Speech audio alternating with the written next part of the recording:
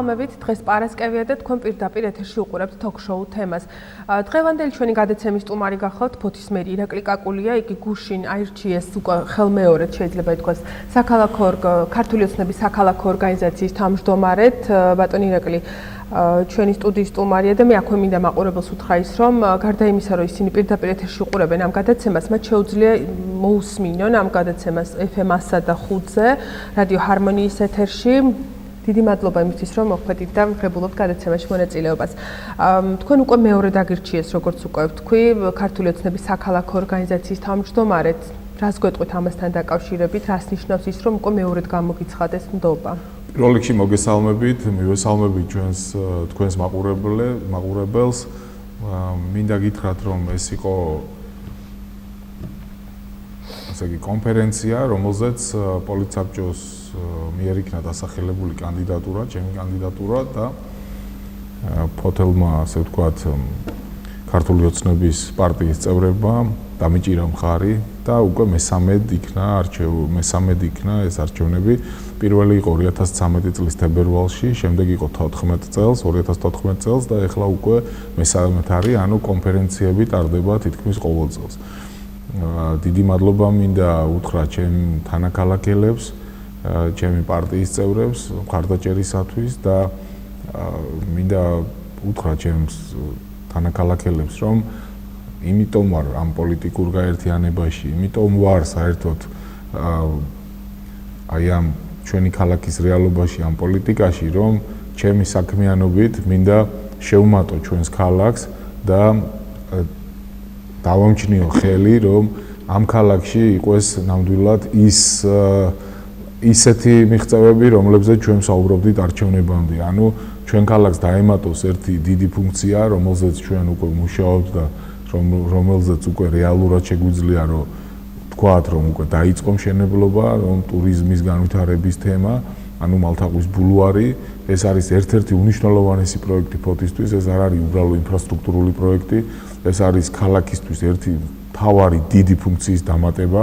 თქვენ მოგეხსენებათ, რომ სანავსადგურე ქალაქში ინფრასტრუქტურა ვითარდება ნავსადგურთან მიმდებარედ, მაგრამ ჩვენი ქალაქისთვის ძალიან მნიშვნელოვანი იქნება აი სწორედ ტურიზმის განვითარება, იმიტომ რომ თითოეული ფოთელი იგრძნობს ამას, თითოეული ფოთელის ოჯახი იგრძნობს ამას, მათი კალათა იგრძნობს, ისინი კონკრეტულად შეეხებიან ამ დადებით მოვლენას, იმიტომ რომ ვიცით, რომ ბათუმის და ქობულეთის მაგალითზე ადგილობრივი მოსახლეობა საკმაოდ სოლიდურ შემოსავალს ღებულობს. ბატონო ირაკლი, მას მერე რაც თქვენ ქართული ოცნების საქალაქო ორგანიზაციის თავმჯდომარე გახდით, რა იყო ის ყველაზე დიდი, ყველაზე მთავარი, რაც გააკეთეთ ამ თანამდებობაზე? ეხლა ეს ალბათ სუფთაში და პარტიული საუბარია, მაგრამ საინტერესოა ალბათ მოსახლეობისთვის რახან თქვენ სვამთ ამ კითხვას და მე მინდა გითხრათ, რომ მე შევეცადე მაქსიმალურად დღიდან ჩემი მოსვლისა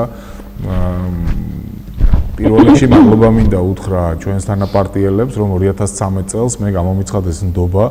მაშინ ქალბატონი ეკა იყო, ასე ვთქვათ, ერთ-ერთი ინიციატორი, რომ მე წარვედგინე პარტიის თავმჯდომარის კანდიდატურად და მთელმა პარტიამ, რომელიც ფაქტიურად მე დამხვდა, როდესაც არ ვიყავი უკვე 2012 წლის არჩევნების შემდეგ, ერთხმად დამიჭირა მხარი. მე ჩემ თანაპარტიელებთან ერთად შევძელი ერთი რამ, რაც ნამდვილად მიხარია, რომ შევძელი, არა 100%-ით, მაგრამ მაქსიმალურად შევინარჩუნე ის თანამებრძოლები, რომლებიც ასე ვთქვათ, არიან ამ პოლიტიკურ ძალაში და ვცდილობ, რომ ახალი, ასე ვთქვათ, ადამიანებიც დაუდგნენ ამ პოლიტიკურ გაერთიანებას, იმიტომ რომ ეს არ გახდეს მხოლოდ რამოდენიმე ადამიანის, ასე ვთქვათ, პრივილეგიის საკითხი, მინდა რომ საყოველთაო გახდეს ეს პოლიტიკური ძალა. პლუს კიდევ მიმაჩნია, რომ ჩვენი პოლიტიკური ძალა არის დაბალანსებული პოლიტიკური ძალა, ჩვენ არავის მიმართ არანაირ აგრესიას არ ვაჩენთ პირიქით, ბევრ შემთხვევაში ამას ჩვენ სისუსტედ გვითვლიან, მაგრამ დღეს თვალნათლივ გამოჩნდა ჩვენი პოლიტიკური ლიდერების სიბრძნე. ყველა ნებისმიერი ქართველი, რომელთანაც მიწევს საუბარი, ყველა აღნიშნავს, რომ ასეთი რთული ვითარება, როდესაც ომის პირას არის ორი ზე სახელმწიფო.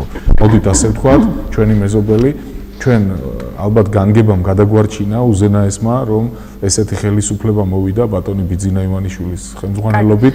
მე მინდა დავასრულო, იმიტომ რომ დღეს რომ არა გონიერი, გაწონასწორებული და ბრძენი ხელისუფლება ჩვენ მივიღებდით საომარ მოქმედებებს და შეიძლება ჩვენი მთავრობა ჭალებში, რომლებიც დაიწყებდნენ ამ რაღაცეებს, შემდეგ უკვე სხვა ქვეყნიდან ჩართვაზე ყოფილიყვნენ და არ მინდა ეხა ბაქრაძის ფრაზები გავიხსენო თოხებზე და ბარებზე, არ მინდა ზოგიერთი გადარეული გავიხსენო, დღეს მინდა რომ პოზიტივზე ვისაუბრო, მაგრამ ერთი ყველა მიცის ნამდვილად, რომ გონიერი მთავრობის დამსახურებაა, რომ ღვთისმადლი მშვიდობაა საქართველოში. გმადლობთ. ბატონო ირაკლი, წინა ხელისუფლების მსგავსად ხომ არ ხდება ღონისძიებებზე დამსწრეთა იგივე საჯარო მოხელეთა მობილიზება. ძალიან ბევრს საუბრობენ იმის შესახებ, რომ ხდება დღესდღეობით მსგავსი რამ. რამდენად მოგწონთ ეს ყველაფერი? გეტყვით ეხა ჩვენი ქალაქი ჩვეულებრივად ეხა არ არის დიდი ქალაქი, ეხა როდესაც აკეთებ 700-800 კაციან ღონისძიებას, ეს თითქმის ყოველ მეორე ოჯახს ეხება, ყოველ მესამეს, იმიტომ რომ არ არის დიდი ქალაქი ჩვენი, ყოველ მე-1000-ო არ ვამბობ, იმიტომ რომ 50000 ცხოვრობს, მაგრამ ოჯახში იცით რომ 4-5 ადამიანი ცხოვრობს. აქედან გამომდინარე, ჩვენ მაქსიმალურად ვეცადეთ ორგანიზატორებმა, რომ არ ყოფილიყო საჯარო მოხელეების სტუმრის სტატუსით, მაგრამ პარტიის წევრები ვინც იყო და ვინც არის პარალელურად საჯარო მოხელე, ისინი ახლა ვერ აუგზავნო პარტიული შეკრებაა ეს და იქ განცხადება გეტყვით კი ბატონო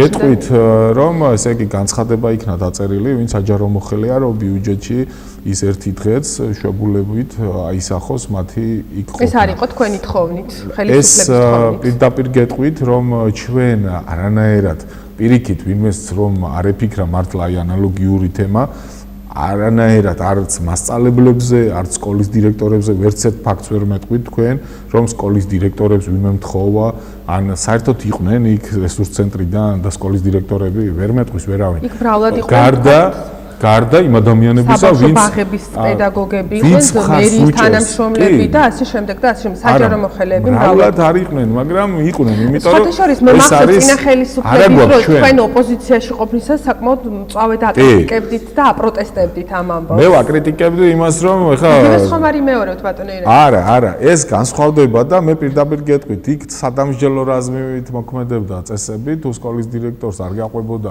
ესა თუ ის მასწავლებელი ან თუნდაც რომელიმე სამსახურის უფროს იქ სადამსჯელო თითქმის რაღაცები ხდებოდა. მე თუ დამისახელებთ რომელიმე ფაქტს, ფოჩი რომ ადამიანი ძალით წამოიყვანეს ქართული ოცნების, ასე ვთქვათ, ღონისძიებაზე საჯაროდ ბოდიში მოვიხდით. ეხლა შეიძლება ეს აითვალისწინებენ ჩვენი მოყოლება. რა თქმა უნდა, იმიტომ რომ ადამიანი უნდა გამოვიდეს ჯერ ერთი ეხლა ვიღაცამ აპატიეთდა რომ რაღაცები ეხლა ზოგიერთი ადამიანი როცა კომპიუტერთან შდება ძალიან კარგად წერს ეხლა მე არა მაქვს Facebook-ი, მაგრამ დილაობით მატყობინებენ რომ რა იწერება რა არა, მაგრამ როგორი თემა იცით, არა სიტყვა მან შენმან, არამედ საქმე მან შენმან უნდა გამოგაჩინოს. ადამიანებს ყველას ვიცნობ ჩვენ თანაქალაქელები და ადამიანი რომელიც რაღაცა მართლა შეუქმნია, რაღაცა გაუკეთებია, მისგან მივიღებ შენიშვნას. მაგრამ ადამიანი რომელიც მთელი მისი ცხოვრებით ელემენტარულად სახელი და გვარსაც კი არ აცხადებს, იმიტომ რომ ერიდება იმის და თქმა, რომ აი მე ვწერ ამას და წერს ისე რაღაცებს, ეს ცოტა არ იყოს ზოგჯერ მართლა თავიდან ღიზიანდებოდი, მაგრამ ეხლა არ ვაქცევ უკვე ყურადღებას, იმიტომ რომ ხო, მაგრამ პრობლემა თუ არის, მე ვალდებულიც ვარ, ვალდებული რომ გავითავისო და გადავწყვიტო. ეხლა მე პირდაპირ გეუბნებით. ანუ თუ ვინმე დაწერს ამას, უნდა დაასაბუთოს. არ არის აუცილებელი რომ ტელევიზიით გამოვიდეს, თუ მას ამის ერიდება. მოვიდეს და საჯაროდ თუ არ იტყვის, ისე მაინც გითხრას, რომ აი დაძალებით ვინმე თუ იყო, იმიტომ რომ ერთ ფაქტსაც ვერ მომიყვანთ. არავინ ვერავინ პირიქით მე მქონდა პირდაპირ დირექტივა, რომ მერიიდან პარტიის წევრების გარდა არ შემოსულიყო არავინ პოლიტიკური პარტიის შეკრებაზე და პირდაპირ მქონდა გადამოწმება რამოდენიმე ადამიანი უკან გავაბრუნეთ ჩვენ კონკრეტულად თუ თანამშრომლები არ იგულისხმებიან აქ. აიპების თანამშრომლები, ვინც არის მხარდაჭერი, მოხდა ისე, რომ ფოჩი ყავს ღვთისმადლით მხარდამჭერები, იმიტომ რომ ჩვენ კურსს ეთანხმებიან, მიუხედავად იმისა, რომ ყველაფერი არ არის ახლა იდეალურად და არის ოპონენტების წყენა რაღაცებზე, მაგრამ ჩვენ უპირისპირებთ ამას ჩვენ გაკეთებულ საქმეს. აქედან გამომდინარე, როცა არის ჭიდილი და როდესაც ახლა ფარხმალი არ აგვაქვს დაყრილი და პირიქით ვაკეთებთ იმას, რომ ქვეყანა გამოვიყვანოთ კრიზისიდან და ისე არა ვართ როგორც წინა წლებში, თავიდან არა, მერე უკვე ძალადობაზე იყო და რაღაცაზე. პირიქით გვაქვს ღია საზოგადოება შექმნილი და აქ ყველას შეუძლია დასვას ნებისმიერი კითხვა, ყველას შეუძლია მოვიდეს მერიაში და რაღაც პრობლემა დააყენოს საკითხი, ჩვენ მაქსიმალურად საკრებულოს წევრებთან ერთად ვცდილობთ ესა თუ ის პრობლემა მოვაგვაროთ. ზოგჯერ გვავიწყდება კიდევაც საკრებულოს წევრი ოპოზიციიდანა თუ ხელისუფლებიდანა, ამასაც არ უყურებთ. პირდაპირ ერთად განსხვავებული აზრის გამო არ დაიჭერბიან ეს ადამიანები. რა თქმა უნდა, არ ყოფილა შემთხვევა, რომ დასჯილიყოს. ჯერ ერთი პოლიტიკური პარტიები ისე არიან დღეს ახლა თავისუფლად და ისე შეუძლიათ რომ გამოხატონ თავისი აზრი, რომ ყოველთვის დამცველი გამოუჩნდება ნებისმიერ ადამიანს და მე გეტყვით რომ ნაციონალური მოძრაობის ბევრი წევრი ამა თუ IP-შიც მუშაობს და სხვადასხვა ადგილებში არა მარტო ნაციონალური მოძრაობის ნებისმიერი პოლიტიკური პარტიის წარმომადგენელი შეგიძლიათ ნახოთ სხვადასხვა უწყებაში მუშაობს. ეხლა იმან თუ ჩაატარა შეკრება პირდაპირ მაგალითს გეტყვით, ეხლა არ მინდა რომ დავასახელო უბრალოდ პიროვნება, მე მასთან მქონდა საუბარი და მე აუხსენი რომ ეს არ შეიძლება, როდესაც ნაციონალური მოძრაობა ერთ-ერთ აქციას მართავდა, ერთ-ერთი ჩვენი IP-ის თანამშრომელი ასე ლოზუნგი ტრანსპარანტებით იდგა მერის წინ. ეხლა მე დავსვა მეორე კითხვას. აი ეს ნაციონალური მოძრაობის დროს რო ყოფილიყო, ის ადამიანი დღეს იმუშავებდა და დღეს მუშაობს ის ადამიანი და არასდროს არავის არ შეუქმნია მისთვის პრობლემა, რომ აი ამის გამო გაგიშვეფო. ამას სპეციალურად ვაკეთებ ჩვენ, იმიტომ რომ ადამიანებმა იცოდნენ რომ თავისუფლება არის ყველაზე დიდი მონაპოვარი ამ ქვეყანაზე, ჩვენს ცხოვრებაში და ამას ბიძინა ივანიშვილის, ირაკლი ღარიბაშვილის და ჩვენი პოლიტიკური პარტიის, ესე იგი კოალიციაში მყოფი პარტიების მეშვეობით ვახორციელებთ. მე მართლა ბედნიერი ვარ, რომ მოვესწარი იმ დღეს, როდესაც თავისუფალი აზრის გამო ადამიანს არ ჯიან საქართველოში. მაგრამ ეს ამით საჭმელს ვერ აჭმევ ადამიანს. ეხლა სხვა მიღწევები უნდა იყოს და არის კიდევაც. და ამაზე შეგვიძლია ვისაუბროთ. ჩვენ ქალაქში მრავლად არის უკვე ადამიანები, ვისაც უნდა ამა თუ იმ ქარხნის აშენება. პირდაპირ გეტყვით, მალთაყვის უბანში უკვე რამოდენიმე განცხადება შემოვიდა, რომ რამოდენიმე 1000 კვადრატული მეტრი უნდა ადამიანებს სასტუმროსთვის. ეხლა მეორე საგონებელში ჩავარდით ჩვენ. თუ კი ამ ადამიანებს ისევ მივცემთ ამ პრივატიზაციის უფლებას, თუ გეგმას არ გავაკეთებთ, ისე მივიღებთ ამ ბულვარის უკან იმას, რაც არის გრიგოლეთში. ამიტომ ეხლა ვმუშაობთ გეგმაზე. და ფოთი მე დარწმუნებული ვარ, არ მინდა ძალიან ხმამაღალი განცხადებები გამომივიდეს, თუ კი მშვიდობა იქნა ქვეყანაზე, თუ კი ღვთისმადლით ისეთი კურსი წავიდა, როგორიც არის და ნორმალური ცივილური სიტუაცია იქნა, მე ვფიქრობ 10 წელი ალბათ ძალიან შეცვლის ამ ქალაქს და მოგეხსენებათ 10 წელი ისტორიისთვის არაფერი არ არის, მაგრამ 10 წელი აი ამ ბულვარის შემდეგ ქალაქი სულ სხვა მიმართულებით წავა და ამას უკვე ექსპერტები საუბრობენ. ეხლა ცოტა ჩემგან უხერხულია ზედმეტი დაპირების მიცემა, მაგრამ მე პირადად ბედნიერი ადამიანი ვიქნები თუ ქალაქი შეიძენს და უკვე იძენს ახალ ფუნქციას. ბატონო ირაკლი, რამდენად არის შესაძლებელი რომ არ განხორციელდეს ეს პროექტი? მე გეთანხმებით იმაში, რომ ყველა ფოთელისთვის ძალიან მნიშვნელოვანი იქნება მისი განხორციელება, მისი წარმატების დასრულება, თუმცა აქვე ვიტყვი იმას, რომ ძალიან ბევრი პროექტი დაიწყო და ვერ დასრულდა. ამ ქალაქში თქვენი წინასტუმრობისას თქვენ ამბობდით, რომ ხედავდით საბოტაჟის ნიშნებსაც.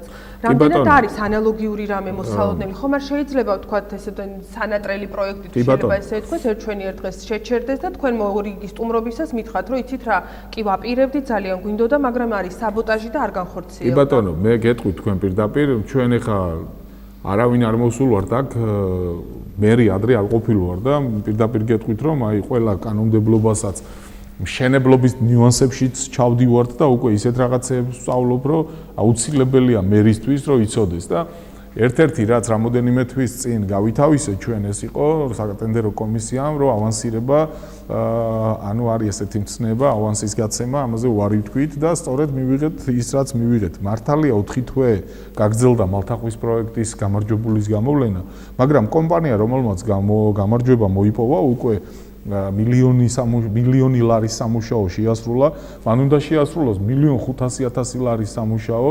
ღვთისმადლით დეკემბერიც კარგი ამინდებია, უხვად, უკვე მან წარმოადგინა 200,000-მდე ლარი. ანუ მე უკვე იმის შესრულების უკვე ამ 1,500,000 შესრულებას ეს ჩვენს ნამდვილად არ ვაყენებ. იმიტომ რომ უფრო პასუხისმგებლობით მოეკიდეთ. არა, უბრალოდ არის. იცოდით ამას გამოცხადება. არა, როგორი რა ავანსირება მე რო დავაკვირდი, ავანსირება არის სწორედ ერთ-ერთი აქილევსის ქუსლი ტენდერებში, ეს აუცილებელია ავანსის მიცემა, მაგრამ ამავე დროს კომპანიები, რომლებიც უკვე გაკოტრების პირას არიან, მიიღებულობენ ტენდერებში მონაწილეობას იმის ესე იგი იმედით, რომ ეს ავანსი აიღონ და შემდეგ უკვე სხვაგან გადაფარონ მათი პრობლემა. აქ ეს დავაზღვიეთ, ასე ვთქვათ, დაზღვეულები ვართ აქედან, იმიტომ რომ ავანსირებაზე ვარ ვითვით საერთოდ. რატომ არ დაზღვეთ წინა პროექტებში? წინა პროექტებში, აი, ეხლა ეს უკვე ისეთი თემაა, რომ აი ეს ხა ჩვენ კანონმდებლობა არ ზღუდავს რომ ავანსირება უბრალოდ ჩვენ უფრო მეტი სიმკაცრე გამოვიჩინეთ. არა, შეიძლება ითქვას. უკვე როგორ არის, იცით, აი ეს სტადიონი ხა არა მარტო სტადიონი, სხვა პროექტები. სხვა პროექტებიც ხა ჩვენ გვაქვს 3 გაჩერებული პროექტი. გეტყვით ხა 3 გაჩერებული პროექტი გვაქვს. ფუთისთვის საკმაოდ დიდი ციფრია. ორი გაჩერებული პროექტი, რომელიც არის აღმაშენებლის ქუჩაზე, ფასადები და ტროტუარები.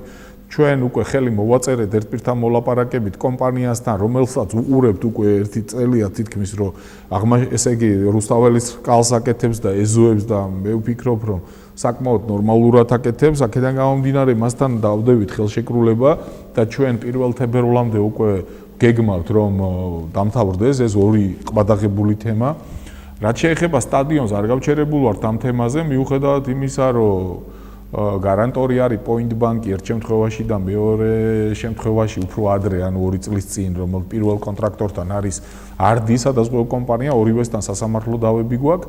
მიუხედავად ამისა, ჩვენ მივმართეთ იმ ფინანსთა სამინისტროს, რომ მოგცეს თანხმობა, რომ მომავალი წლისთვის ითვალისწინებს, ეს გვჭირდება ტენდერის გამოცხადებისთვის, მან გადამისამართა ინფრასტრუქტურაში, გავაგზავნეთ იქაც წერილი, მუშაობთ ამ თანხმობებზე და ტენდერი შეიძლება დეკემბერში უკვე გამოვაცხადოთ, იმიტომ რომ 600,000 ლარამდე 500 რაღაც რამოდენიმე ათასი ლარი უკვე გვიდევს ამისთვის და ის თანხა გამოიყოფა იანვრის შემდეგ. ანუ ჩვენ ყველაფერს ვაკეთებთ, მარტო მე არა, მთელი ჩვენი ხელისუფლება, რომ მიუხედავად ორი კომპანიის მიერ ჩაშლილი, ასე ვთქვათ, მშენებლობისა, ჩვენ სექტემბერში უკვე ვითამაშოთ ფოთში. ეხლა ძალიან რთული სიტუაციაა სტადიონთან დაკავშირებით, იმიტომ რომ გვიწევს ესე იგი ლანჩხუთში თამაში და მიუხედავად ჩვენი მცდელობისა ბატონი თავმჯდომარე და მე გავხდით ლანჩხუთის გამგებელთან, ჩვენ ვერ შევძელით, რომ თანხა დაეწია არენდის თანხა ლანჩხუთის გუნდს. ეს ახლა მათი საკითხია, ჩვენ მივედით თხოვეთ, მაგრამ არ გაითვალისწინეს. ეს უკვე მათი პირადი ეს არის. რაც შეეხება ახლა გუნდს, გუნდი საკმაოდ სავალალო მდგომარეობაშია. მე გეტყვით. ფოთის კოლხეთი ყველაფერს ვაკეთებთ იმისათვის, რომ არ დაიშალოს პირდაპირ გეტყვით, გუნდის ხელმძღვანელობაც და ჩვენც უკვე მე რამდენი ბანკთან გვაქვს ურთიერთობა, უკვე ამ წელს ჩვენ შიდა რესურსით ვერ ვახერხებთ ამ გუნდისთვის 300,000 ლარის გამოყოფას, რომ დაიფაროს ყველა აბსოლუტურად ვალი, რაც წლის ბოლომდე ჭირდება მათ, ეს დათვლილია. ჩვენ საქართველოს ბანკმა სულ 2 დღის წინ გვითხრა ვარი ამაზე, ჩვენ არა გუნდს. ეხლა ისევ მუშაობა მიდის, რომ Liberty Bank-მა, რომელიმე სხვა ბანკმა, ესე იგი გამოყოს თანხები და ჩვენ გადაუდგებით მათ თავრობის მეშვეობით პასუხისგებელი მომავალ წელს რომ გადავიხდით ამ თანხას. აი ესეთ მდგომარეობაა, მაგრამ კარგი ის მინდა რომ გითხრათ, რომ ჩვენ ბატონი კახი კალაძეც გახდათ გუშინ ჩამოსული აი იმ ღონისძიებაზე, რომელზეც მე ამირჩიეს პარტიის თავმჯდომარედ, იქ იყო ფეხბურთელების მისი ყოფილი მეგობრები, რომლებიც გარეთ დახვდნენ მას და უკვე ამ პრობლემაზე ესაუბრეს და ბატონმა კახი თქვა, რომ მომავალი წლიდან სერიოზულად ლაგდება ეგ სიტუაცია, ანუ ჩვენ იმედი გვაქვს, რომ ცენტრალიზირებულად ბატონ ლევან კობიაშვილის მოსვლასთან ერთად გუნდში იქნება უკვე სხვა თანხები გამოიყოფა ცენტრალური ბიუჯეტიდან. ეს საშუალებას მიცემს უკვე ფოთის კოლხეთს, რომ აი ყველანაირი პრობლემის გარეშე წლიდან წლამდე იარსებოს, მე ამაზე ვლაპარაკობ ჯერ, იარსებოს და ჩვენც მოგწევს საშუალებას, რომ უკვე წამახალისებელი პრემიები დავარქვათ, ამას თუ რა დავარქვათ, ის გამოვუყოთ უკვე ბიუჯეტიდან და ასე ვთქვათ, ერთი მეორესთან უკვე მივიღებთ ნორმალურ სიტუაციას, ანუ მილიონი რო გამოიყოს მომავალი წლის ბიუჯეტიდან, დაახლოებით 1,000,000 ლარი. ჩვენ წელს მიცემული გვაქვს დაახლოებით 600,000 ლარამდე.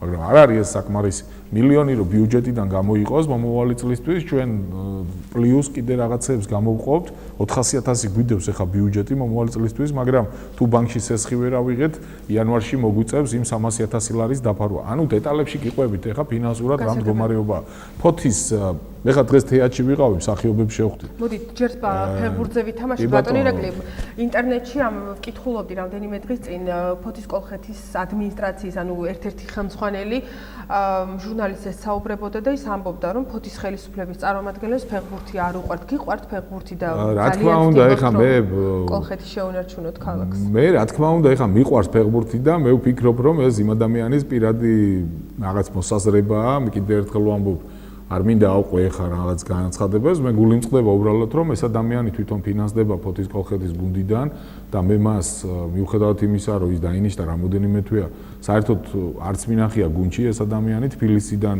საუბარი ცოტა რთულია და ამიტომ ურჩევდი ყველას რომ ჩამოვიდეს, აქ ადგილზე ნახოს რა მდგომარეობაა, მე როგორც გუნდის მესვეურები მეუბნებიან ის კარგად ეხმარება და საკმაოდ გამოცდილი ფეხბურთელი იყო და კარგად ეხმარება, ასე ვთქვათ, სხვადასხვა საკითხებში ჩვენებს თბილისშია მიუხედავად ამისა ეხმარება, მაგრამ მე ვფიქრობ რომ ეს ნაჩქარევი განცხადებები იყო ეს მისგან ხვალ არის სამტრედიასთან თამაში და მე და ბატონი საკრებულოს თავმჯდომარე ბატონი ალექსანდრე თოფურია გეგმავთ წასვლას კიდევ რამე თუ არ იქნა ეხლა და ღვთისმადლით თუ მშვიდობა იქნა წავალთ და დავესწრებით არ არის ისეთი ფუფუნება ჩვენთვის რომ ვიაროთ ქალაქგარეთ ყოველთვის როცა თამაშია და ვერ დავდივართ პირდაპირ გეტყვით იმიტომაც საჭიროა ფოთში აუცილებელია რომ ეს სტადიონი ბოლოს და ბოლოს დასრულდეს რომ ქალაქში როცა არის ფეხბურთი და მით უმეტეს მეშვიდე მერვე ადგილზე ვართ ახლა ფოთელები ერთი მე დარწმუნებული ვარ ერთი 1000 ადამიანი იმლის სტადიონზე და ამათ უნდა შეუქმნათ ეს ამბავი მე პირადად როგორ გიგითხრათ ახლა დღევანდელი ფეხბურთი ქართველების არ მომწონს პირდაპირ გეტყვით მაგრამ ფეხბურთის ყველა მატჩს უყურებ სერიოზულად, როდესაც მსოფლიო ჩემპიონატია, როდესაც ევროპის ჩემპიონატია, მაპატიეთ არა მაქვს იმის დრო რომ ლიგაზე ვუყურო და რაღაც ფსონები დავდო, ეს ჩემი გატაცება არ არის, მე ჩემი ასე ვთქვათ სამუშაო მყოფნის, მაგრამ ძალიან მიყვარს და როგორც ჩვეულებრივ ადამიანს უყურებ კარგ ფეხბურთს. მე გული მწყდება იმაზე, რომ საქართველოში ფეხბურთი ჯერჯერობით ხუტარია. მე ვარ მოხარული რომ ლევან კობიაშვილი მოვიდა, იმიტომ რომ ლევან კობიაშვილის მოსვლით ჩაისახა საქართველოში იმედი პატიოსანი ადამიანის მოსვლის და რომ ფეხბურთს ბოლო-ბოლო იტყვის ადამიანი რომ ან უშველით, ან ვერ უშველით. თქვენ რეგბისტებმა როგორ გაგვახარეს, არ შემიძლია რო არ ვთქვა. დღეს რეგბისტები ბატონი ამირანი, შავგულიძე მეუბნება რომ ვერაუდივართო ბავშვებსო. მე-12 ადგილზე ვართ რეიტინგით საქართველოს. წარმოიდგინეთ ახლა ფეხბურთში რო ვიყოთ მე-12 საქართველოს რეიტინგში. როგორი ზეიმი იქნებოდა საქართველოში და ეს ხო მაგარია რომ რეგბში ვართ, მაგრამ ეს დაემატებოდა კიდე და ეს ეკონომიკაზეც ისახება, ეს უკვე არ არის უცნობი არავისთვის და ყველა მთლიან ცხოვრებაზე. ამიტომ როგორ შეიძლება რომ მე ფეხბურთი არ მიყვარდეს. ან ბატონ თავმჯდომარეს არ უყვარდეს თვითონ ფეხბურთელია, რომელიც თამაშობდა მრავალი წელი ფოთის კოლხეთში. ფოთი ბევრისთვის ფეხბურთთან ასოცირდება, ფეხბურთის აკვანს უწოდებენ და თქვენ ალბათ მართლა ძალიან მოინდომებთ და არ დაუშვებთ იმას, რომ თქვენი მერობის დროს ფოთში ფოთის კოლხეთი გაქრეს და არ იარსებობს. მე მადლობა მინდა, ბოდიში გიხდით, მე მადლობა მინდა უთხრა ფოთის კოლხეთის ფეხბურთელებს, ძალიან რთული სიტუაცია აქვთ. 3 თვეა ხელფასი არ აუღიათ ბიჭებს და ჩვენ შეხვედრის დროს ისინი იმედით ჩაისახენ და მე მათ ვპირდები, რომ თუ ეხლა ბანკმა თუ ვარ იგვითხრა ჩვენ ვერაფერს ვერ ვიზამთ, მაგრამ იმ თანხებს, რაც მათი დავალიანებაა და რაც ყველაფერია, იანვრის პირველ რიცხვებში უკვე გუნდის ხელმძღვანელობა გადაიხდის, იმიტომ რომ ჩვენ გვაქვს უკვე ბიუჯეტში ეს თანხა გათვალისწინებული მომავალი წლის. აქედან გამომდინარე ჩვენ ყველანაირად შევეცდებით და ყველანაირად გვერდში დაუდგებით ეს არ არის ლიტონის სიტყვები. ამას თქვენ ხელმძღვანელობა დაგიდასტურებს გუნდით. მე ახლა არ გამოვდივარ და ყოველდღე ბრიფინგს ამაზე არ ვაწყობ თუ რას მუშაობთ და რას ვაკეთებთ ამაზე, მაგრამ გული დაგწყდება ადამიანს, როდესაც ვინმე ტალახს გესწრის და მით უმეტეს ისეთი ადამიანი, რომელიც უფრო გათვითცნობიერებული უნდა იყოს. მე ვფიქრობ, ცოტა ნაჩქარევი განცხადება გააკეთა მან და არა დაფიქრებული. კარგით, მე იმედს ვიტოვებ, რომ ძალიან მალე მოგვარდება ეს პრობლემა და ჩვენი ფეხბურთელები ისეთ პირობებს მიიღებენ, რომელსაც იმსახურებენ. ეს ყველა ფოთელის ღირსების საკითხი ესე ვიტყოდი. კარგით, ახლა გადაცემაში რეკლამის დროა, დაგველოდეთ, მალე დავბრუნდებით. ვაგრძელებთ გადაცემას, მე შეგახსენებთ თქვენ პირდაპირ ეთერში უყურებთ თემას, ამ გადაცემის მოსმენა შეგიძლიათ ასევე პირდაპირ ეთერში, რადიო ჰარმონიის ეთერში FM 100 და 5-ზე. ჩვენი გადაცემის სტუმარია ფოთის მერი, ქართული ოცნების საქალაქო ორგანიზაციის თავმჯდომარე ბატონი ირაკლი კაკულია. ბატონი ირაკლი, გავაგრძელოთ სხვა თემებზე საუბარი. სულ ცოტა ხნის წინ ფოთელებს შესთავაზეს პარკირების ახალი სისტემა. კერძოდ, ჟილეტებში შემოსილი ადამიანები მძღოლებს მანქანის დაყენებისათვის თანხის გადახდას თხოვენ. ტარიფების შესახებ ფაქტობრივად მოქალაქეებმა იციან ჭორის დონეზე, არავინ იცის რა არის, რა თანხაა რეალურად გადასახდელი. გაჩნდა ფირნიშები, თუმცა თანხას მანამდეც ითხოვდნენ. ფირნიშებზე მითითებულია ცხელი ხაზის ნომერი, სადაც უნდა დარეკონ მსურველებმა და ინტერესებულმა პირებმა. ჩვენ ვცადეთ დაგვერეკა, რათა გქონდა ძალიან ბევრი კითხვა და აღმოჩნდა, რომ ტელეფონი, რომელიც არის მითითებული აღნიშნულ ფირნიშებზე, არის დავალიანების გამო გამართული. ცოტა უცნაური ამბავია, მაგრამ ფაქტია. თქვენ გეკითხებით, როგორც რიგით მოქალაქეს, რიგით ფოთელს და არა როგორც ხელისუფლების წარმომადგენელს. რამდენად მოგწონთ ეს ამბავი, ეს ფაქტი და ხომ არ გონიათ, რომ არის ძალიან ქაოსურად ეს ყველაფერი დაულაგებელი და ცოტა ნაჩქარევი იყო და ჯერ არ არის ის დრო, რომ მოქალაქეებისათვის მოეთხოვათ თანხის აღება. როგორია თქვენი პოზიცია? მადლობთ ამ კითხვისთვის. ბოლო 2 კვირა აგვერთ 10 დღეა უკვე ეს ძალიან გააქტიურებული ამაზე საუბარი. გეტყვით რომ როგორ მოხდა გეტყვით, შემდეგ გეტყვით რა მნიშვნელობა აქვს ამ გადასახადს. პირველი გეტყვით რომ ესე იგი 22 ადამიანისგან შემდგარი კომისია იყო, რომელიც დაკომპლექტებული იყო მერის თანამშრომლებითა და საკრებულოს წევრებით, რომლებმაც გაიარა დეტალურად აი ამ ტენდერის პირობები. სამწუხაროდ არის ახლა ხარვეზები და მე უნდა ვაღიარო ეს, მე არ მინდა ახლა ძალიან მწვავე განცხადებები გავაკეთო იმ კომპანიის მიმართ, ვინც მოიგო, მაგრამ თუ კი ეს ასე სისტემატურად გაგრძელდა და ამას კონკრეტული, ესე იგი, როგორ გითხრათ, ახლა არ მოყვა რეაგირება და მოსახლეობა უმეტეს შემთხვევაში მართალია ახლა ტელეფონს რომ მიაწერ, უნდა იყოს ჩართული. მე არ დამირეკია მართალი გითხრათ, მაგრამ გადავამოწმებ ამას. არის მოკლედ კონკრეტული მოთხოვნები, რომლის შემდეგაც მე კონტრაქტი ვიცი და შემიძლია რომ გავწყვიტო ეს კონტრაქტი. აქედან გამომდინარე პროცედურა კონტრაქტის გაწყვეტის რთული არ არის. უბრალოდ ეხლა მე ვილაპარაკებ მოდით მე მინდა ვილაპარაკო გადასახადის არსზე. თქვენ ამბობთ რომ აუცილებლად გექნებათ ამის საშუალება, მანამდე მინდა კითხოთ. ანუ თქვენც აღიარებთ რომ ცოტა ქაოსურია და ბევრი არის. მე ვაღიარებ რომ საკმაოდ კინეული თემაა. მე პლუს იმას გეტყვით რომ წელს პირველი წელია, როდესაც ცენტრალური გადასახადების გარეშე დაიგეგმა ადგილობრივი ბიუჯეტი. ტრანსფერი, რომელთაც ქალაქი წლების მანძილზე აძლევდნენ ქალაქს, 0 ტოლია წელს. საერთოდ არ არის ტრანსფერი. ანუ ჩვენი შემოსავლებით გეგმავთ, მიუხედავად ამისა, მაინც მეტია შარშანდელთან შედარებით წლევანდელი ბიუჯეტი. მაგრამ რა მინდა რომ გითხრათ, ეს არის გადასახადი, რომელიც აპრობირებულია ყველგან. ეხლა არ არის მეთქი პრობლემა, თუ ესა კომპანია ვერ შეასრულებს, ჩვენ შეგვიძლია მას გაუწყვიტოთ ეს კონტრაქტი, მაგრამ უნდა ვაცალოთ ეხლა მათაც, რომ რამოდენიმე დღე, რამდენიც არის ნორმალური ვადა, რომ ამის მოგვარებისთვის. თქვენ იცით რა უწერიათ მათ პირობებში? რა თქმა უნდა, 22 კაციანი. რამდენია 6 თვეში გადასახდელი, ერთ წელში რამდენია გადასახდელი? ეხლა მზადდება სწორედ პროექტი, რომ საკრებულომ განიხილოს და საკრებულომ ეს ადამიანები, რომლებიც თანხის გადახდას თხოვენ, თუ ეს არ არის ამ ეტაპზე ცნობილი. საკრებულომ უნდა დაადგინოს ზუსტად, რომ რამდენი იქნება 1 წლის აბონემენტი რაზღირებულება და ასე შემდეგ და ასე შემდეგ. მე ვსაუბრობ ეხლა იმაზე, რომ არის ხარვეზები, ვაღიარებ და პირდაპირ ვამბობ, თუ არ დარეგულირდა ეს თემა, არ არის გამორიცხული, პირდაპირ ვამბობ, პირდაპირ ეთერში, რომ გადაიხედოს კონტრაქტზე და გაუქმდეს კონტრაქტი, მაგრამ უნდა მიცე გონიერი ვადა ამ კომპანიას, მათ აქვს ვალდებულება შეასრულონ ბიუჯეტის წინაშე 50,000 ლარი. ეს დღეს არის 50,000 ლარი, მაგრამ 10 წლის შემდეგ შეიძლება 5 წლის შემდეგაც ეს გადასახადი ქალაქის ბიუჯეტის სასარგებლოდ შეიძლება გახდეს 200,000, 300,000. ეხლა რა ხდება გეტყვით? ჩვენ გვაქვს, ხო ხედავთ რა მდგომარეობა ამ ტრაილერებზე და საერთოდ რა მდგომარეობა ქალაქში. შემოსასვლელში ლარნაკას ქუჩაზე ჩვენ მუშაობთ ამაზე სერიოზულად. ღამე ჩვენი სახლების წინას დგას ეს ტრაილერები, ეს მოწესრიგებელია. არა, მე სხვა რამეს გეუბნები, მოსაწესრიგებელია ეს თემა და ყველაფერი იწყება პარკირების თემით. ანუ პარკირების თემა ეს ჩვენ ეხლა არ გავაკეთოთ ელემენტარულად, რო არ გავაკეთოთ.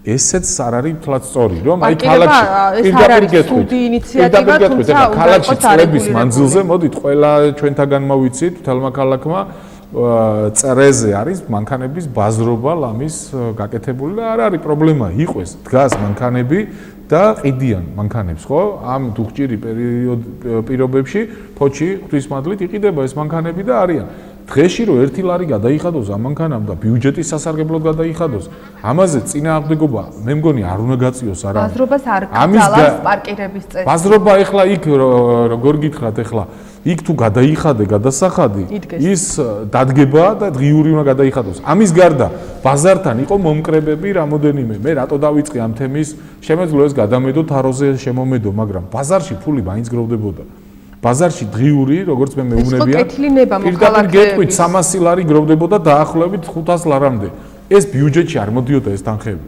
ეს კეთილი ნება მოქალაქეების მიდიოდა რამოდენიმე ასე ვთქვათ ადამიანის ჯიბეში ესეც რაღაც მომენტში შეიძლება ვიღაცამ გაამართლოს მაგრამ ბიუჯეტი აქვს თავარი თუ ჩამოგვექცა ეს ბიუჯეტი და იგივე ფეხბურთთან მივალ ახლა თუ მე ფული არ მექნა ბიუჯეტში ფეხბურთი როგორ დავაფინანსო პარკირებაზე ვსაუბრობ თუ ფული არ იქნა ეს გამჭვირვალეა ჩვენი ბიუჯეტის განხილვა იყო საჯარო ბატონო ირაკლი თანაქალაქელები თითელი ფოთი არა მაგრამ დიდი ნაწილი ქალაქელების მეტყვის რომ ეს პარკირება ბატონო არ ვჭირდება და როგორ მოგაწვინო ხმა ბატონო ირაკლი მიმართეთ მე ვიცი რომ სოციალურ ქსელში საკმაოდ აქტიურობენ და ამბობენ რომ ამ წუთას ეს არ არის დარეგულირებული საკითხი და ნაადრევია თუ არ დარეგულირდა პირდაპირ გეუბნებით გაურკვეველი თუ არ დარეგულირდა პროფესიის არა თანამ არ ვიცი ვინ არიან ეს ადამიანები მოდი შეგეკითხებით ბატონო ირაკლი მანქანას ატარებთ როგორც ვიცით რომ ვერ გიცნოთ და თქვათ მოგთხოვოს ერთ-ერთმა ჟილეტიანმა თანხის გადახდა გადაიხდით პირდაპირ გეტყვით რომ ვერ ვიცრონ კი არა თუ ვერ მცნობენ მე მიხარია კიდევაც იმიტომ რომ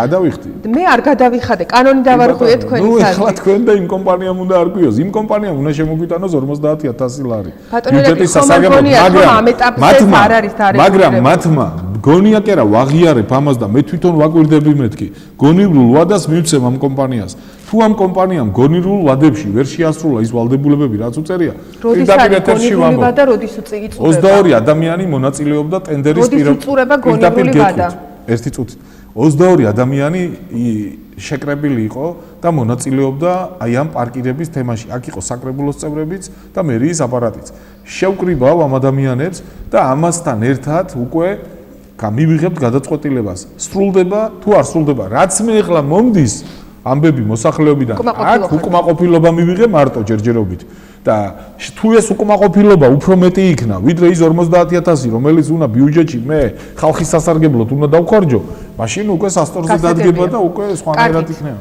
აქ არავინ დაობს იმაზე რომ პარკირება უნდა იყოს ეს კარგი შეიძლება იყოს სასიამოვნოა ის ფაქტით რომ ბიუჯეტს ამით შეუვა თანხა მაგრამ იმ ფორმით არის მიუღებელი რა ფორმითაც დღესდღეობით ხდება კარგით კიდევ ერთი თემა მახსენდება ბატონო ირაკლი საკითხი რომელსაც თქვენ ოპოზიციაში ყოფნისას საკმაოდ მწვავედ აკრიტიკებდით ეს არის თევზის უსიამოვნო სუნი რომლითაც ჩვენი ქალაქელები ძალიან წუხდებიან შარშან წინ შემიძლია კიდევ მრავალი წლის წინ გითხრათ ძალიან ვაკრიტიკებდით მწვავედ ვაფასებდით მაგრამ ეს იყო მხოლოდ სიტყვები და რეალურად არაფერი შეცვლილა ამ კუთხით რას აკეთებთ ამ პრობლემის მოსაგვარებლად როგორია თქვენი პოზიცია ერთ-ერთი ქარხანა პირდაპირ გეტყვით რომ ერთ-ერთი ქარხანა რომელიც მართლა იყო ისეთი სავალალო მდგომარეობა მათმა მოახდინეს გადაიარაღება საკმაოდ დიდი და მე იმედი მაქვს რომ წელს იმხელა ის არ იქნება ამას თუმცა იყო უკვე რამდენი ნუ არის მაინც არის ეს საკმაოდ თანდებია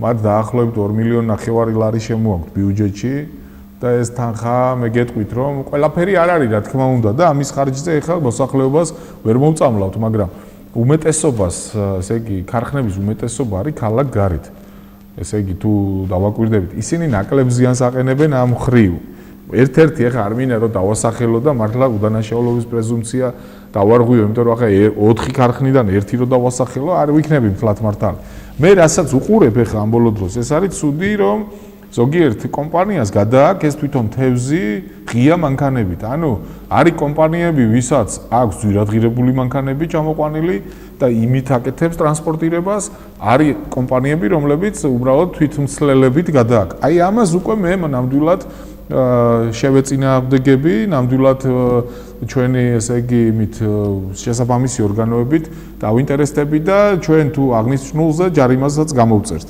რაც შეეხება გვაქვს თუ ბუნებას დააზარალებს და თუ ესე იგი თუ ის კონკრეტულად არასწორად გადაიტანს, შეგვიძლია ჩვენ. რა თანხაზეა საუბარი? ნუ ეს ახლა კონკრეტულად არა, პრობლემა რა არის? ცით პრობლემა ყველაფერია. დღეს ბიზნესისთვის ალბათ მიზერულ თანხაზეა საუბარი. ბიზნესისთვის მე გეტყვით თქვენ პირდაპირ არ არის ბიზნესი, ვინც მკვნეულად არ აღიქვამს ჯარიმას, იმიტომ რომ ეს ყველაფერი მათ პირად როგორ გითხრათ, ახლა ისტორიაზეც მოქმედებს და საკმაოდ უსიამოვნოა ნებისმიერი სახის ჯარიმა, ეს არ არის მისი კომპანიის ოდენობიდან დამოკიდებული. არის ახლა ორი კომპანია ამ 4-დან, რომლებმაც ჩვენი თანაქალაქელებია, რომლებმაც 800,000 დაახლოებით 800,000 ევროს ღირებულების დანადგარები დააყენეს. ეს რა არის? ახლა გეტყვით. სუნი აქ რას? ეს წყალი, რომელიც გამოდის შემდეგ, გამოიდევნება და მე ნუ ალბათ ისხმება ზოგიერთ შემთხვევაში ან იღვრება, აი ამ წყალს მოყვებოდა ეს ზეთი და 1000 რაღაც კომპონენტი. აი ეს 800,000-იანი სწორედ აპარატი, ნუ მე ციფრი შეიძლება შეცდომით თქვა, მეტი ან ნაკლები, ეხა ბაზარი იცვლება, გეიცით. ფიფასის, მე უბრალოდ დაახლოებით ციფრს ვამბობ, საკმაოდ ძვირადღირებულია. ამ წყლიდან რაც რჩება, კიდევ 5%-ს, ასე ვთქვათ, იმ მათაც აძლევს და წყალს ფილტრავს მაქსიმალურად. ანუ ეკოლოგიურად ყველაფერს თვითონ როგორ გითხრათ, ეხა რაც უფრო მეტად დაიცავენ ეკოლოგიას, მით უფრო მეტი მოგება ექნებათ.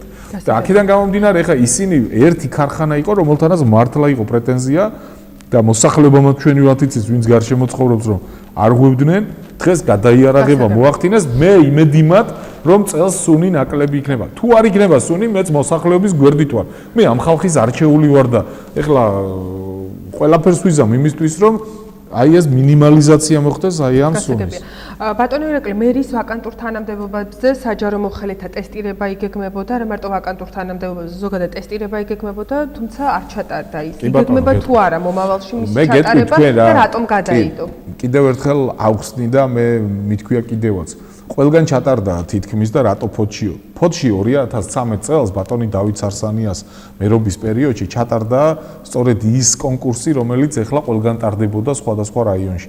ანუ ფოთის მერის საჯარო მოხელეების 90%-ს გავლილი ქონდა ეს კურსი. ჩვენ უბრალოდ 40 დაახლოებით 40 ვაკანსია გვქონდა, სადაც დაინიშნა მოვალეობის შემსრულებლები გოცრავად და აი ამ ადგილებზე უნდა გამოგვეცხადებია ჩვენ უკვე ასე ვთქვათ კონკურსი. ეხლა 2016 წელს უკვე ყველას უწევს 3 წელიწადში ისევ, ყველას უწევს ისევ კონკურსის ჩატარება და ეს მოხდება 2016 წელს. აქედან გამომდინარე ყველას შეუძლია მიიღოს მონაწილეობა. მართალი გითხრათ, ახალგაზრდების მხრივ ცოტა ესე იგი გულგატეხილობა არის ამ ქალაქში, რა უნდა აკეთოს ახალგაზრდამ, რა გააკეთოს, მაგრამ მე გეტყვით, რომ აი სწორედ იმიტომაც ვაკეთებთ იმ ბულვარს, იმიტომ ვაკეთებთ ყველაფერს იმისთვის, რომ ახალგაზრდა მაგ ნორმალურად იგრძნოს თავი და კრეატიული ახალგაზრდებმა მიიღონ მონაწილეობა. პირადად თქვენ ეთერში ვაცხადებ. ოღონდ პოლიტიკურად არც საერთოდ ეს ადმინისტრაცია არის ძალიან სერიოზული რამე და მერის აპარატი. რაც უფრო აპოლიტიკური პიროვნებები იქნებიან, ეს ყველანაირად ადგება საქმეს. სამწუხარო რეალობა იყო, არა მარტო იმ 9 წლის, არამედ დამოუკიდებელი საქართველოს 25 წლის, რომ კომპლექტდებოდა არჩევნების მიხედვით ეს ჩვენი მერის ის აპარატი, რომელიც იყო. ჩვენ ყოველ შემთხვევაში შევეცადეთ, რომ ასე არ გაგვეკეთებია და ეხა ყველანაირად ვცდილობთ, რომ ნაკლებებით გავიდეთ, ასე ვთქვათ. ბატონო ირაკლი, საბავშვო ბაღების თემა ძალიან გვაინტერესებს. რა იქნება მომავალში? სავალალო მდგომარეობა იყო, მე პირდაპირ გეტყვით, ჩვენი ხელისუფლებაში მოსვლიდან, მოდით ეხა მე ჩემი მერობის პერიოდში ვიცი რამდენიც გარემონტვა, მაგრამ 14 ბაღიდან 2013 წლამდე ფაქტიურად გარემონტებული არ იყო 1-2 ბაღის გარდა არც ერთი რა. საშინელი მდგომარეობას ვამბობ, მე არ ვამბობ, რომ იქ ახლა ნორმალური სიტუაცია. ფანჯრები წვიმა აწვიმს, გაზიფიკაცია საერთოდ არ იყო, მე ვამბობ 2013 წლამდე. ეხლა უკვე ყოველ წელს 2-3 ბაღი რემონტდება და ჩვენ ეხლა ბოლოს 1 ბაღი გავაკეთეთ მომავალი წლისთვის უკვე მზა პროექტი გვაქვს 2 ბაღის, ეხლა MGF-ის ფონდთან გვაქვს მოლაპარაკება და შეიძლება მანამდეც დავიწყოთ. ყოველ შემთხვევაში არის კიდევ მოლაპარაკება იაპონელებთან, ისინი ადრეც აკეთებდნენ, ანუ ჩემამდეც გაკეთდა, რაც უნდა აღნიშნო. ეხლა თანადაფინანსება იაპონიის საელჩოსთან ერთად. მოკლედ ჩვენ დაახლოებით 9 ბაღი დღეს გვაქვს ისევ ცუდ მდგომარეობაში, მოდით ასე ვთქვათ. ამ 9 ბაღიდან ეხლა ჩვენ ისევ გვინდა რომ რაღაცნაირად აი ამ გათბობის პრობლემას მივხედოთ, გათბობის პრობლემა კიდევ მოიცავს რას, ეხლა თუ გაათბობ, მაშინ ფანჯრები უნდა იყოს კარგი და წყაროა არ უნდა ჩამოაწვიმოს. ამიტომ შეშიზღუმელებით გათბებიან. რა თქმა უნდა, ეს უნდა შევცვალოთ ჩვენ ყველგან, ეხლა ჩემი მერობის პერიოდში მაქსიმალურად მინდა რომ ეს თემა აღმოვხრა და ქალბატონი მარგოჯანიაშვილი, ვინც დაინიშნა აქ, ჩვენ მუშაობთ მაქსიმალურად რომ ეს პრობლემა მოვაგვაროთ. ეხლა შეშაზე უკვე მე მგონი 1-2 წელიწადში სისულელე იქნება ამაზე საუბარი. გაზიფიცირება უნდა მოხდეს და ვაკეთებთ კიდევაც, ოღონ აი ეს დრო ჭირდება. თანამშრომლებისათვის ხომ არ იგეგმება ხელფასების მორაგება? შარშან ჩვენ ცოტათი მოვამატეთ, წელს ჯერჯერობით არ არის გათვალისწინებული, მაგრამ არ ვიცი ბიუჯეტი რა ის საშუალებას მოგცემს, თუ კი ეკონომიები გვექნა გამოცხადებული ტენდერებიდან არ არის გამორიცხული დაუშვათ. მე არ მინდა ეს გაიგოს ვინმე რომ ეს უკვე აუცილებლად, მე ვამბობ არ არის გამორიცხული. ნახოთ როგორ განვითარდება გზების თემას. როგორ განვითარდება ეს მოვლენები. კი ბატონო, გზების მოხრეშვა მოუგრეიდერება იგეგმება თუ არა, ვიცი რომ ჯერჯერობით არ არის საუბარი კაპიტალურ ასფალტირებაზე. შარშან ჩვენ 80,000 ლარი დავხარჯეთ და ის ჩამონათვალი რაც გავაკეთეთ გზების, სადაც გავაკეთეთ კმაყოფილი იყო ადამიანები, წელს დაახლოებით 300,000 ლარი გვაქვს ამაში გათვალისწინებული. თელ ქალაქში ამის გარდა აი კუნძულის უბანში საავტომობილო გზის მოხრეშვა, განათებაც იქა რომ ხალხი სეირნობს და ესე იგი მინდა გითხრათ რომ 4-ჯერ მეტი კარგი ეფექტი ექნება წელს აი ამ მოხრეშვას. უბრალოდ მინდა გითხრათ რომ აი ეს გაიჭიმა ძალიან ეს პროექტი, 3-წლიანი პროექტი, რომელიც 100 მილიონ ლარზე მეტი ღირს. ეს არის ფოთის კანალიზაციის სისტემის რეაბილიტაცია კი არა, თავიდან გაკეთება, მოდით ასე ვთქვათ, იანვარში დაიწყება. მე როგორც მაქვს ინფორმაცია, იქაც რაიმე თუ არ გაიჭიმა, იმიტომ რომ დიდ პროექტებს ყოველთვის რაღაც შეფერხებები აქვს. კუნძულის უბანს მინდა შევეხო და არ იფიქროს ჩვენმა თანაქალაქელებმა, რომ იქ 2 ფილა ატრიალებული რომელიც არის, ჩვენ მას ყურადღებას არ ვაქცევთ. იმ დღესვე მე ბატონი ზურაბ ჯამბურია მოვიდა ჩემთან და მითხრა რომ იმ დღესვე მას შეეძლო აეწია და შეეცვალა იქ გრუნტზე დაეჯინა. ჩვენ ხელი არ მოვკიდეთ ამას, იმიტომ რომ სპეციალისტები გვყავს ჩართული. გოგა მოისტრაფიშვილს ჩემს მოადგილეს დავავალე ეს თემა და იმ დღესვე ველაპარაკეთ ჩვენ საქართველოს ინფრასტრუქტურის სამინისტროს კომპეტენტურ პიროვნებებს დაუკავშირდით და ჩვენ უკვე მაქსიმალურად უკვე წევთ ამ თემას, რომ იქ უკვე ფაქტიურად უნდა უშველოთ იმ ადგილს, იმიტომ რომ ეს 2 ფილა რომელიც ამოტრიალდა, უკვე ჩვენ გვაჩვენებს რომ დიდი პრობლემის წინაშე ვდგავართ. ცოტა ხანში შეიძლება უფრო დიდი პრობლემა გამოიწვიოს. ამიტომ ჩემო თანაქალაქელებო არ იფიქროთ რომ ეს ფილები ეხლა ვიღმეს მიერ უყურადღებოთ არის, პირიქით ისე უნდა იყოს რომ სპეციალისტები ჩამოსვლის დროს ღრმად იქნეს შესწავლილი საკითხი, იმიტომ რომ ეხლა ჩვენ ეს ძალიან კარგმა და გონიერმა ადამიანებმა კომუნისტების ბოლო პერიოდში 80-იან წლებში გააკეთეს ეს და ამით გადაარჩინეს ფაქტიურად მთელი ეს კუნძულის უბანი წყლის შემოტევისგან. სასაფლაოს ნახევარი არ იქნებოდა ფაქტიურად. პირდაპირ შემიძლია რომ გითხრათ, მაიაკი და ეს სასაფლაოს ნახევარი არ იქნებოდა ეს რომ არ იყოს გამაგრებული კუნძულის უბანში. აქედან გამომდინარე, ეხლა ჩვენ ვაყენებთ უკვე საკითხს, რომ შესწავლა მოხდეს და რაღაც თანხები დაიხარჯოს ამ მიმართულებით. დიდი მადლობა და ბოლოს ბატონო ირაკლი, იგეგმება თუ არა თანამშრომელთა შემცირება, გნებავთ იგივე IP-ების თანამშრომლების შემცირება, ცოტა ხნის წინ თქვენ შეგხვდნენ თანამშრომლები და დაახლოებით საუბარია იმაზე, რომ 2 თვე ისინი დარჩებიან აღნიშნულ თანამდებობებზე, თუმცა რა იქნება მერე არავინ იცის. რას გვეტყვით ამასთან დაკავშირებით, ფაქტობრივად რომ ძალიან ბევრი ადამიანი შესაძლოა დარჩეს სამსახურის გარეშე. მე მაქსიმალურად ვცდილობ რომ ეს პროცესი არ იყოს ასეთი მტკივნეული, იმიტომ რომ სხვადასხვა ვაკანსიები გამოჩნდება ალბათ, ან მათთვის და ან სხვისთვის. ყოველ შემთხვევაში ჯერ გადაჭრით ვერ გეტყვით ამასთან დაკავშირებით. ჯერ კიდევ 1 თვეა, პრინციპში აი 10 დღეში უკვე ეს მეცოდინება, იმიტომ რომ ბიუჯეტი საბოლოოდ როცა დამტკიცდება, იქ გამოჩნდება პირდაპირ რა და როგორ. ეს ეხა მარტო ჩემი გადასაწყვეტიც არ არის, მე საქმემ უნდა გადაწყვიტოს, როგორც იქნება საქმიდან გამომდინარე იქნება საჭირო ამდენი თანამშრომელი დარჩება, არ იქნება, არ დარჩება. მინდა აუცილებლად ჩემ თანაკალაკელებს უთხრა, ერთი კვირის წინ პრეზენტაცია გაიმართა და ფოთის IPM ტერმინალის ხელმძღვანელობამ გამართა ფოთის მუნიციპალიტეტის შენობაში პრეზენტაცია, ჩვენ საკრებულოს წევრებთან ერთად შევხვდით და პირდაპირ გეტყვით, რომ ხარდაჭერა გამოუცხადეთ IPM ტერმინალს იმ ასე იგი პორტის განვითარებაში, იმ კონცეფციაში, რაც მათმა წარმოადგინეს. ჩვენ პირდაპირ გეტყვით, რომ ფოთისთვის ეხლა ძალიან მნიშვნელოვანი იქნება ფოთის შიდა ეკონომიკისთვის, ასევე მთლიანად ქალაქისთვის, რომ 350 მილიონი დოლარი დაიხარჯოს აი ამ IPM ტერმინალის მხრიდან კონკრეტულად პორტის განვითარებისთვის. ეს სამუშაო ადგილებსაც შექმნის და პლუს ყველანაირად აი ადგილობრივი ბიუჯეტისთვისაც ეს იქნება ძალიან კარგი. შემოსავლელ გზაზე მქონდა საუბარი, ჩვენ ერთადერთი რაც უთხარით მათ, ეს არის რომ მათ უნდათ პორტის შემოსასვლელი გზა შემდეგ გაეკეთებიათ, ჩვენ პირდაპირ მიუთითეთ, რომ იმდენი რამოდენიმე მილიონი ტონა ქვა უნდა ჩაიყაროს ზღვაში და ამის გატარებას სამეგრელოს ქუჩა ვერ შეძლებს, აქედან გამომდინარე, პირველ რიგში რო გაკეთდეს შემოვლითი გზა და შემდეგ დაიწყოს ნავსადგურის მშენებლობა, აი ეს იყო მხოლოდ ერთი ჩვენგან ასე ვთქვათ მითითება და მე მინდა უთხრა ჩვენ თანაკალაკელებს, რომ ესეც მაიმედებს, რომ ჩვენი ქალაქი უკვე ამ მიმართულებითაც ვითარდება. კარგია ნაკლიის სპორტი, კარგია დიდი პროექტები, რაც საქართველოში ხორციელდება, მაგრამ მე ჩემი ქალაქი მიყვარს, მე მინდა რომ ჩემ ქალაქში იყოს ყველაფერი ყველაზე კარგად. მე იმედს გამოვხატავ, რომ იმას გამოვთქვამ უბრალოდ უკაცრავად, რომ აი ეს ნავსადგურის მშენებლობა პლუს ძალიან დიდი ინვესტორების დაინტერესება მალთაყვის ესე იგი რეკრეაციული ზონით პალიასტომის ტბაც თქვენ არ ვიფიქროთ ჩვენ რომ ეს რაღაცნაირად არის ცალკე ეს არის უნიკალური ადგილი ანუ პალიასტომის ტბა და ეს თვითონ ის რეკრეაციული ზონა შექმნის უკვე ინტერესს და მე მინდა რომ ვიხილო ჩემი ქალაქი უკვე ტურისტული ზონა მალთაყვის რაიონში და განვითარებული გადიდებული ნავსადგური რომ ისევ უფრო შემცირდეს უმუშევართა რიცხვი ქალაქში.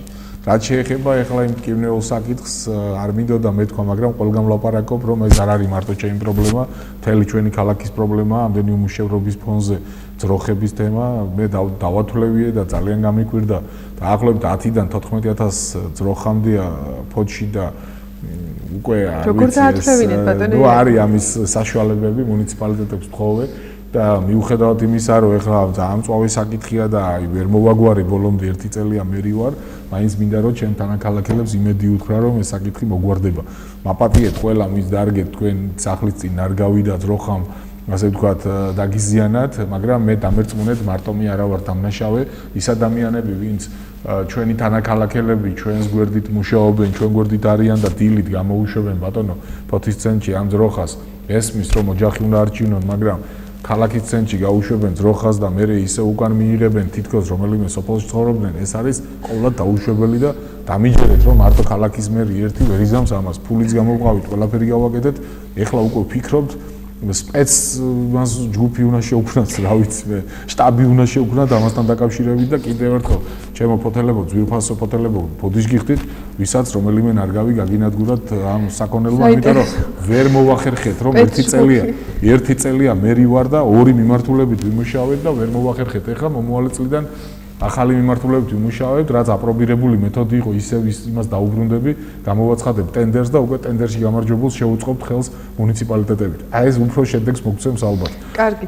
და მინდა კარგ ნოტაზე სპეც ჯგუფი გამომდინარე იქიდან, რომ ცოცხალი ადამიანებისგან შემდგარი ისევ მუნიციპალიტეტებში როა. არ მინდა ბოლომდე ვთქვა, თორე რეიდები, რომელიც და შაბათობები, რომელსაც ვაწყობდით, უფრო მეტად უნდა მოვაწყოთ ძროხების დასაჭერად, მაგრამ ბეჭო რომელიმე იუმორისტული გადაცემა გამოიყენებს ამ ფაზაზე. აი, ეგეთ სიტუაციაში ვართ, რომ კარგით. მე გული მткиვა, როდესაც ქალაქის ცენტრში ვხედავ ძროხა, რომელიც ანადგურებს რომელიმე ნარგავს. გასაგებია. კარგი, ძალიან დიდი მადლობა იმისთვის, რომ მოხვედით და მიიღეთ გადაცემაში მონაწილეობა. მაყურებელს შევახსენებ, თქვენ პირდაპირ ეთერში უყურებდით თემას და ჩვენი გადაცემის სტუმარი იყო ფოთის მერი, ქართული ოცნების საქალაქო ორგანიზაციის თავმჯდომარე ბატონი ირაკლი კაკულია. მე პარასკევამდე გემშვიდობებით გმადლობთ ყურადღებისთვის, ნახვამდის.